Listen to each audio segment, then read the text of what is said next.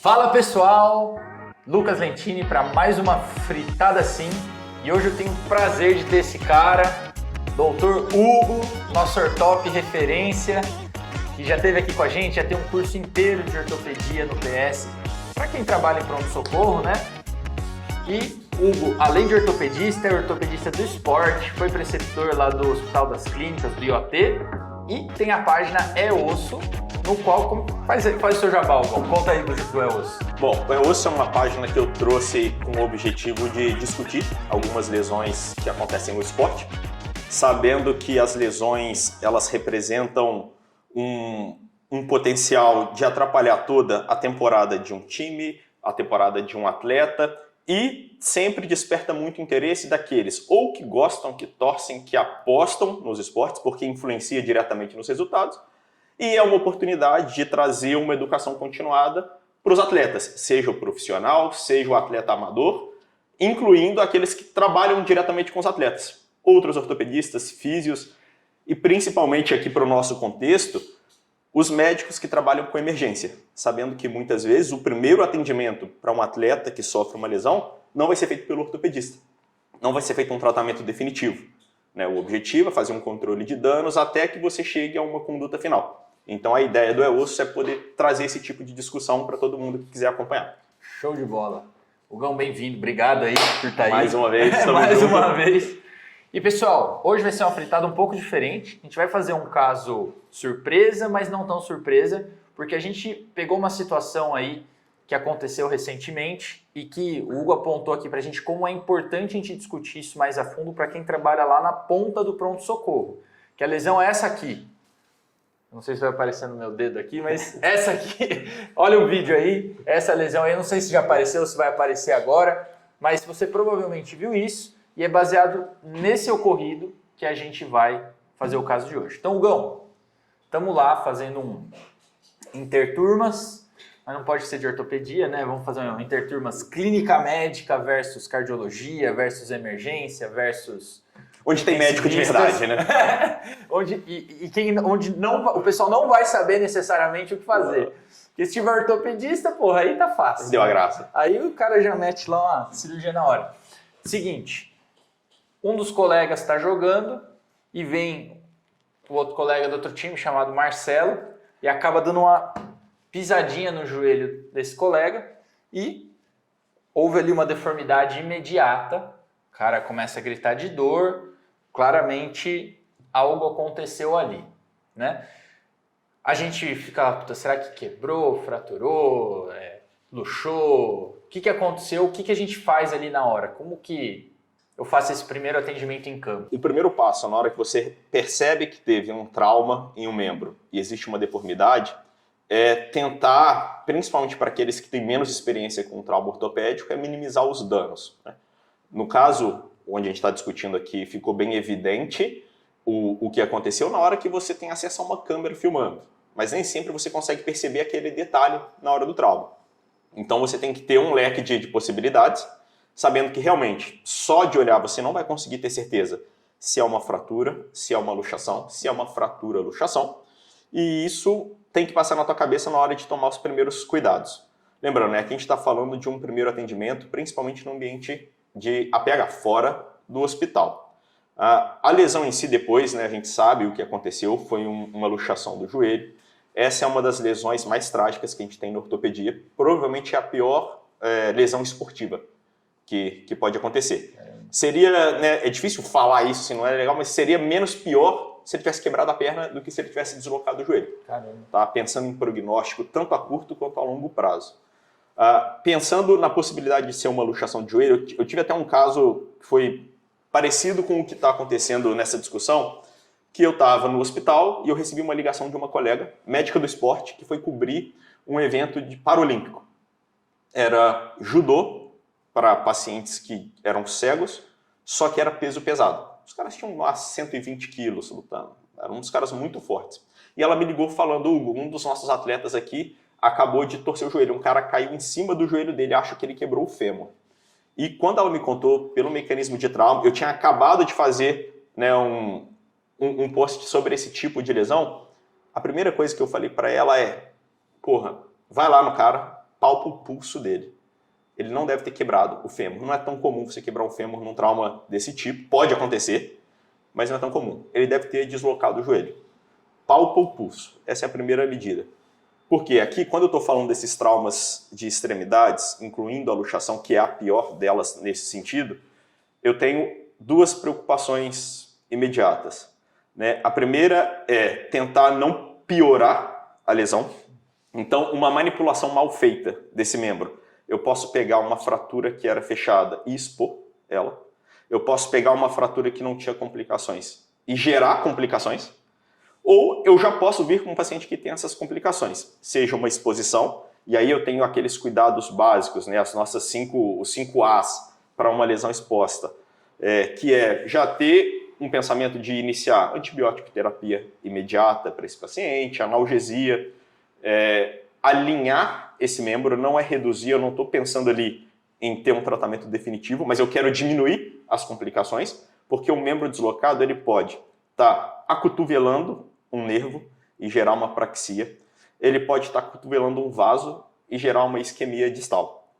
E no caso da luxação de joelho, a gente tem uma preocupação especial, que não só é esse acotovelamento do vaso, uma interposição mecânica, mas é a possibilidade de uma lesão desse vaso. E aí o paciente pode entrar numa isquemia franca imediata ou uma isquemia tardia. E aí é onde a gente começa a ter uma lesão muito perigosa de se conduzir se você não tiver a suspeição clínica. Se você não pensar, será que esse cara deslocou o joelho? Se eu consigo perceber que o joelho está deslocado e num primeiro momento eu não consigo palpar o pulso desse membro, essa é uma das poucas ocasiões onde eu estou autorizado a tentar reduzir essa luxação, ainda num atendimento primário sem exames radiográficos. Em ortopedia, a regra básica é a gente só toma condutas mais agressivas depois de confirmar o diagnóstico. E aí eu vou fazer uma radiografia desse joelho assim que eu recebo esse paciente na urgência. Claro que nem sempre vai ser o ortopedista que vai receber também. Não é ele que está no APH e não é ele que está na porta. Ele é chamado para avaliar. Mas até ele vir, isso se eu tiver ortopedista lá, é o emergencista que tem que conduzir esse caso. Hugão, desculpa te interromper, mas uma coisa aqui que eu sou leigo no assunto, praticamente, então eu quero entender. Quando você fala ver se o paciente luxou ou não, a gente sabe que tem cruzado anterior, posterior, colaterais, etc. E tem a própria patela. Que eu acho que a gente lembra muito do Ronaldinho lá, quando tem aquele... E acho que todo mundo já teve contato com alguém que vê aquela patela lá do lado do joelho, aí fica meio evidente. Tem alguma outra coisa que a gente possa ver na hora, examinar para falar, puta, eu acho que esse cara luxou o joelho? E quando você fala luxou, é ruptura de todos os ligamentos, pode ser parcial, como que é isso? Bom, então aí tem 2 pontos importantes. Muitas vezes nós somos chamados para avaliar um paciente que luxou o joelho e na verdade ele luxou a patela. E aí a gente esquece tudo que eu estou falando aqui em relação à gravidade, em relação à lesão vascular. Essa é uma luxação relativamente simples, fácil de conduzir, onde você consegue reduzir, na grande maioria das vezes, só de estender a perna do paciente. Um movimento simples já resolve, já tira da urgência e depois o ortopedista resolve o que vai fazer com aquele paciente. Aquele que é feio, mas é de boa. É, feio, mas é de boa, exatamente. Assusta, mas é tranquilo. Quando eu falo da luxação do joelho mesmo, quais são os principais sinais que vão chamar a atenção para você ter essa suspeição? Primeiro é uma deformidade evidente, então eu posso ter um joelho deslocado onde você palpa aquele gap da articulação, você sente o desnível da articulação. Existem alguns sinais clínicos antes da radiografia que já podem te sugerir, que é o sinal da cova. Quando você olha no joelho, na pele do paciente, a gente pode colocar aqui a imagem também, A mágica é essa. Depois eu se vira para colocar aqui. Tá aqui no canto, né? Você tem um sinal clínico na pele do paciente, onde tem uma covinha formada, uma interposição entre os ossos, onde a pele entra para dentro da articulação por um vácuo. E na hora que você olha aquilo, você já sabe, esse joelho está deslocado. É um sinal praticamente patognomônico. E quando é uma lesão muito grave, você vai ter um hematoma extenso, você pode ter um hematoma progressivo, que já tem que te chamar a atenção. Eu avaliei no primeiro momento o paciente, eu reavalio, eu vejo que está se estendendo o hematoma, está formando uma lesão mais grave do que eu esperava. Isso pode ser um sinal de lesão arterial do paciente. Lembrando que palpar pulso é sempre importante. Em todo trauma de membro, independente do que você está suspeitando que seja, palpe pulso, faz parte da avaliação sistemática que todo paciente com trauma recebe. A gente está falando aqui de uma lesão esportiva, mas 1/3 dos pacientes com diagnóstico de luxação do joelho vem de politraumas. Isso quer dizer que 1/3 desses pacientes tem outros diagnósticos que tiram tua atenção para o joelho. Ele pode ter um TCE, um trauma torácico, ele pode precisar de intubação, que ele não vai estar nem conversando com você, ele não vai conseguir te explicar o que está acontecendo. E a suspeição clínica é a avaliação seriada, bem feita, sistematizada desse paciente que vai te dar a dica de que pode ter acontecido alguma coisa. Boa parte dos pacientes que deslocam o joelho reduzem espontaneamente. Isso, quando você fala então você não vai ver esses sinais que eu estou falando. A suspeição vai ser o quê? O edema e uma provável... Na hora que você examina o membro do paciente, faz a palpação, palpa o pulso, você percebe algum grau de instabilidade. Você vê que o joelho está frouxo, está bem inchado e está frouxo. Você sente uma instabilidade em varo, em valgo, anterior, posterior. Quando você falou o que é a luxação... É isso que eu ia falar. Necessariamente todos os ligamentos? Não necessariamente. Esse é um dos detalhes importantes. Então, assim, é muita suspeição clínica porque nem sempre está batendo com o caso de livro. Por definição, a luxação de joelho, ela representa a ruptura de 2 ou mais desses ligamentos. Nós temos 4 ligamentos principais. Cruzado anterior, cruzado posterior, colateral medial, colateral lateral. Por definição de livro, luxação representa 2 ou mais desses ligamentos rompidos. Boa parte das vezes isso acontece, tá? Isso não é tão raro. Só que uma minoria desses pacientes tem um quadro de luxação propriamente dito, o deslocamento. Eu posso romper 2 ligamentos e o joelho não ter saído do lugar. Então, beleza, um caso tranquilo de cuidar. Não deixa de ser uma luxação por definição de livro, mas para a nossa prática não é o que a gente está falando. Aqui nós estamos falando de lesões multiligamentares. Normalmente rompe os 2 cruzados, rompe pelo menos o anterior. O que acontece com o joelho? Vamos explicar então o mecanismo da luxação. Normalmente, essa luxação acontece por uma hiperextensão do joelho. Então, eu tenho o fêmur, eu tenho a tíbia e ela vai estirando. Então, a partir de um certo grau, ali por volta entre 30 graus mais ou menos, o LCA rompe. E quando eu continuo, se o mecanismo for mais importante, a partir de 50 graus rompe o LCP também. Então, eu tenho a ruptura progressiva desses ligamentos. E nesse mecanismo de luxação, existem 2 formas principais disso acontecer. Existe essa da hiperextensão, e na hora que eu estou fazendo a hiperextensão, o que está passando por trás do joelho? Artéria poplítea. E a artéria poplítea, ela é relativamente fixa nesse ponto. Ela fica presa entre o hiato, que tem acima, e o arco do solear abaixo. Como ela é fixa, quando eu vou estendendo, eu aumento a chance dela romper.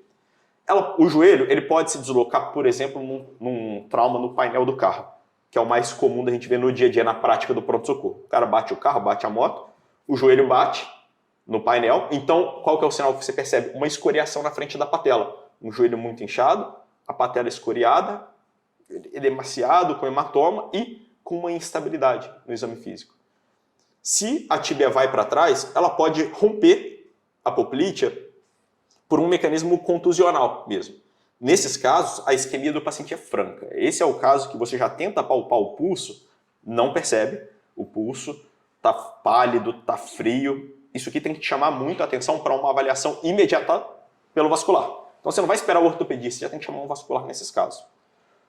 O mais perigoso ali, onde você pode cair em uma pegadinha, é quando ela luxa para frente e ela não rompe a artéria poplítea por um trauma direto. Ela rompe por um estiramento. Então a lesão não vai ser de toda a artéria de uma vez, vai ser na camada íntima. Isso quer dizer que você até consegue reduzir. O paciente está com pulso, ele está com uma boa perfusão, só que aquela lesão na íntima ela vai progredindo. Ela vai progredindo. Em até 48 horas, ela pode se completar, levar uma trombose, e ali formar como se fosse um aneurisma, que depois pode trombosar, e aí levar uma isquemia franca tardia do paciente. Então, na hora que o emergencista ele percebe que o paciente tem pulso, ele até pode ficar na dúvida se luxou ou não. Um passo importante é, esse paciente ele não pode ir de alta se eu suspeito de uma luxação de joelho. Ele não tem nenhum outro trauma, ele está bem do resto, assim, do ponto de vista clínico, esse paciente ele não pode ir de alta. Mesmo que ele tenha pulsos palpáveis, mesmo que o joelho já esteja reduzido. Porque eu tenho que ficar de olho em 48 horas nesse paciente, pelo risco de isquemia tardia. E é isso que a gente já viu acontecer. O paciente chega com pulso, volta sem pulso. E aí, dependendo do tempo de isquemia, a partir de 6 horas o membro já começa a se tornar inviável e a gente tem que partir para uma amputação. Então, lembrar da possibilidade de uma lesão arterial da íntima, não uma ruptura da artéria. Isso pode levar até 48 horas. O ideal é que esse paciente fique em observação com a avaliação seriada. Como que eu posso fazer a avaliação vascular desse paciente? De novo, aqui eu não estou preocupado como o ortopedista vai conduzir tardiamente o caso. Eu quero salvar o membro desse paciente, não posso comer bola com esse tipo de diagnóstico. Se eu tenho isquemia franca, avaliação do vascular. Passou a régua, acabou, não tem mais o que fazer. Se eu tenho um paciente com isquemia por 0 bala, assim, está voando, o paciente está bem clinicamente, não tem nenhum sinal isquêmico, mas eu suspeito da luxação, eu posso até ter algum grau de confirmação, pô, eu fiz um raio-x, vi que estava luxado e reduzi, eu tenho certeza que ele luxou. Ou eu não tenho certeza, eu não vi esse membro luxado, eu faço um raio-x, o raio-x não me mostra nada, só que lembra, o raio-x ele mostra osso, ele não mostra ligamento rompido. Ele pode dar alguns sinais indiretos de que houve lesão ligamentar, mas ele não confirma para mim o diagnóstico. Mas a minha suspeita é clínica, esse paciente vai ficar em observação. 48 horas com a palpação de pulsos a cada 4 horas, então esse paciente vai ficar em observação. A cada 4 horas alguém vai ter que ir lá palpar esse pulso. E pulso pedioso mesmo. Pulso pedioso, tibial posterior. E um método importante que aí o ortopedista acho que nem sabe fazer isso, que é o ITB. O índice tornozelo-braquial, ele passa a ser uma arma importante para você documentar a perfusão desse membro. E aí você pode fazer seriado. Percebeu algum sinal de isquemia na avaliação clínica ou no ITB, aí você parte para um passo intermediário. Você não vai chamar direto o vascular, você quer confirmar, que é a conduta que a gente toma nos casos duvidosos. É aquele cara que não tem uma isquemia franca, mas também não está com a perfusão ideal. O tempo de enchimento está mais lento. Aqui entra a avaliação por imagem, vamos chamar de intermediária. Padrão ouro é a angiografia, mas a angiografia não é disponível para você fazer. E aí você tem 2 principais. Um Doppler pode te ajudar. E hoje em dia, como a gente sabe que está mais disponível, a angiotomografia. Está na dúvida? Pede a angiotomografia, se resguarda, se preocupa em conduzir da melhor maneira o paciente e de acordo com o resultado desses exames, o vascular vai ser acionado. Você pode ali descartar a lesão, você pode suspeitar ou até confirmar. E aí o vascular precisa ser acionado, porque lembra, tempo é importante. Assim, eu não posso deixar passar muito tempo, porque um nervo ele pode até sobreviver ali a 12 horas de isquemia, mas a musculatura é 6 horas. Então esse paciente ele pode entrar em síndrome compartimental isquêmica. Então por mais que eu consiga fazer de novo a perfusão desse membro, se eu entrar em síndrome compartimental, eu já começo a ter um processo agressivo muito maior. E aí, mesmo que eu tenha uma repercussão, esse membro está em risco, de novo. Então, sim, acho que essa é a principal informação diante de uma luxação de joelho. Começamos numa pisada no joelho, chegamos em perna sendo amputada, síndrome compartimental e rabdomiólise. E olha só, tem um tipo... Então, você começa a pôr em risco a vida do paciente, não só o membro. Deixa eu ver, né? Tem 3 grupos de pacientes que estão sujeitos a isso. E é muito trágico quando você vê, porque o politrauma, claro que é horrível, mas já é um trauma que você já tinha uma gravidade muito maior. Você tem um trauma esportivo, que é de baixa energia, e você tem um perfil de pacientes muito susceptíveis a esse tipo de trauma, que são os pacientes de ultra baixa energia. São os pacientes obesos. Então, uma queda da própria altura. O cara estava andando, ele tropeçou, ele caiu em cima do joelho, na hora que ele bate o joelho no chão, ele luxa o joelho, a tíbia vai para trás, rompe a artéria, então numa queda simples, um paciente pode perder a perna. Ele pode pôr em risco a vida dele, principalmente se a gente não tiver uma rápida suspeição, uma conduta imediata. Tá luxado, tá sem pulso, reduz. Não sei reduzir, treina, aprende. O emergencista ele é preparado para tomar esse tipo de atitude. Ele não precisa fixar externo. Para isso tem um ortopedista, mas a fixação externa ela vai só estabilizar o joelho. O que vai tirar da urgência não é a fixação externa, é a redução. E aí a redução, o nosso curso a gente discute, as luxações no pronto-socorro, a redução ela tem que ser feita pelo emergencista. Eu não preciso esperar um ortopedista para isso. Se eu tiver condições de esperar um raio-x, beleza. Eu enxergar na radiografia para onde foi a luxação anterior, lateral, posterior, me facilita a manobra. As manobras elas são direcionadas pelo raio-x, mas nem sempre eu vou poder esperar. Entendi. Então, basicamente, se eu entendi, está no campo, deformidade óbvia, luxou, provavelmente. Se não, edema, muito importante, vou lá e vejo se tem instabilidade. Tem uma instabilidade franca. Observação ali lembra de olhar alguns sinais, a escoriação na patela, o sinal da cova, alguns sinais podem te sugerir, mas A maioria das vezes a luxação já até foi resolvida, tá? Espontaneamente ela reduz. Tá. Então são esses sinais que vão te indicar. E aí, isquemia, tá lá desalinhado. Isquemia franca, não espera o raio-x, reduz na hora. Reduz na hora. Não tem isquemia franca, espera, hospital, raio-x, está luxado ali pelo seu exame clínico, reduz sem isquemia franca. Tem isquemia franca, chama o vascular, não tem isquemia franca, pulso de 4 em 4 horas, por 48 horas pela isquemia tardia. É isso aí. Na dúvida, angiotomografia. É o intermediário entre esses dois. Cara, esse é o certo. O que Hugo? Eu peguei o paciente, eu reduzi, ou não precisou reduzir, não tinha nenhum sinal de complicação. Lembrando que tem lesão neurológica aqui, mas a lesão neurológica, principalmente fibular, o cara fica com o pé caído. Você pede para ele mexer o dedo, ele não consegue levantar, ele sente formigamento. Mas aqui a gente já está falando de um risco muito menor. Não é nesse tipo de paciente que a gente vai ter uma conduta agressiva sem estar todo respaldado com o exame radiológico. O que eu faço se eu reduzir? Ou se eu não precisei reduzir, como que eu imobilizo? A gente tem que lembrar das regras básicas do atendimento ao trauma ortopédico. Mas desculpa, porque assim, por exemplo, eu não sei reduzir um joelho, né? Mas o cara que vai trabalhar ali, o emergencista tal, tem que aprender. Basicamente, como que são essas técnicas de redução que o cara poderia fazer no campo? A principal técnica para reduzir, a gente chama de tração e contratração. Normalmente vai precisar de uma segunda mão, de um apoio. Tração e contratração, ela é utilizada porque, assim, na maioria dos traumas ortopédicos, uma fratura, numa luxação, assim que eu tenho um membro que ele se desvia, então uma fratura completa ou uma luxação, a ação biológica natural do nosso organismo é gerar uma contração muscular forte.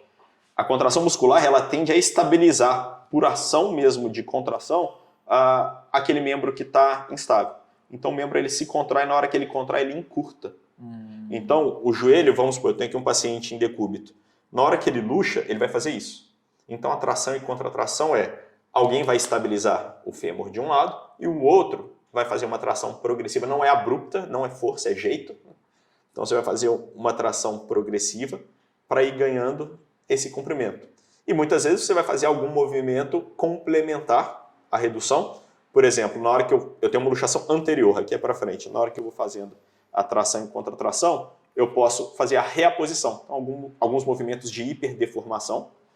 A luxação anterior ela acontece por hiperextensão. Então eu posso fazer uma hiperextensão de novo do joelho, porque eu vou reapor as duas pontas e depois reduzir. Na posterior, a tração e contratração, só que eu vou fazer um movimento oposto. Isso serve para qualquer luxação. E a tração é meio óbvia, você vai puxar ali a perna. E a contratração? Ângelo, põe aqui a imagem para nós também. Vocês vão ver o que é a tração e contratração. Ângelo vai trabalhar hoje, hein? Mas é esse movimento, e esse é um mecanismo típico para você reduzir qualquer luxação. Show de bola. Tá? Isso se você sabe reduzir uma luxação, você sabe reduzir todas. O dedo, eu luxei um dedo, comum pra caramba, tô jogando vôlei, luxou o dedo, você vai ver que o perfil ele se comporta exatamente do mesmo jeito que o joelho. Vai estar uma falange em cima da outra. Aqui, o único detalhe do dedo. Eu gosto sempre de dar o exemplo do dedo, que é porque ela é muito comum e muitas vezes é reduzida na tigragem, pela própria pessoa, por um colega que viu o dedo deformado.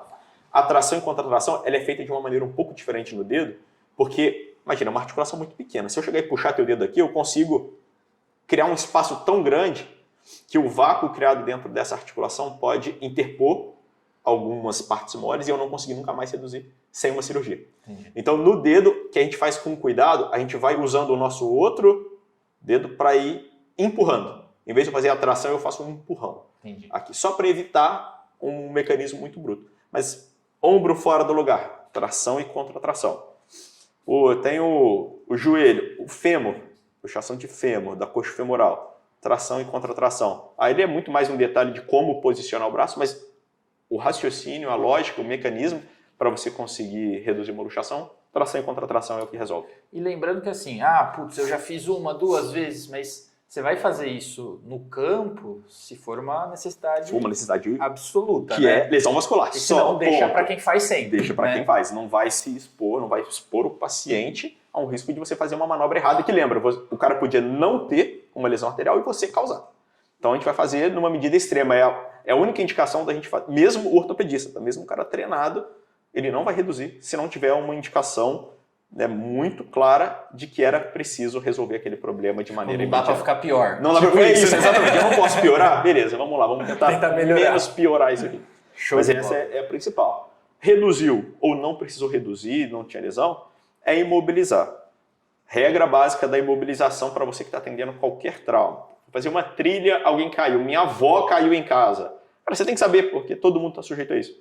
Você vai sempre imobilizar uma articulação acima e uma abaixo. Num atendimento onde você tem uma mínima de estrutura, a gente usa o Talafix, que já é próprio, é moldável. Às vezes você não tem, e aí você vai improvisar. Porra, é papelão, a gente já viu chegar papelão, madeira, travesseiro. Pensa nisso, você só tem que parar uma articulação acima e uma abaixo, para evitar que na mobilização até o hospital essa lesão se agrave, uma fratura fechada se torne exposta, uma luxação que não tinha lesão vascular passe a ter uma oclusão vascular, articulação acima e abaixo. Chegou para você, tô na dúvida, não sei se está luxado ou se está quebrado, radiografia. Radiografia, regra dos 2, que a gente passa lá no curso também.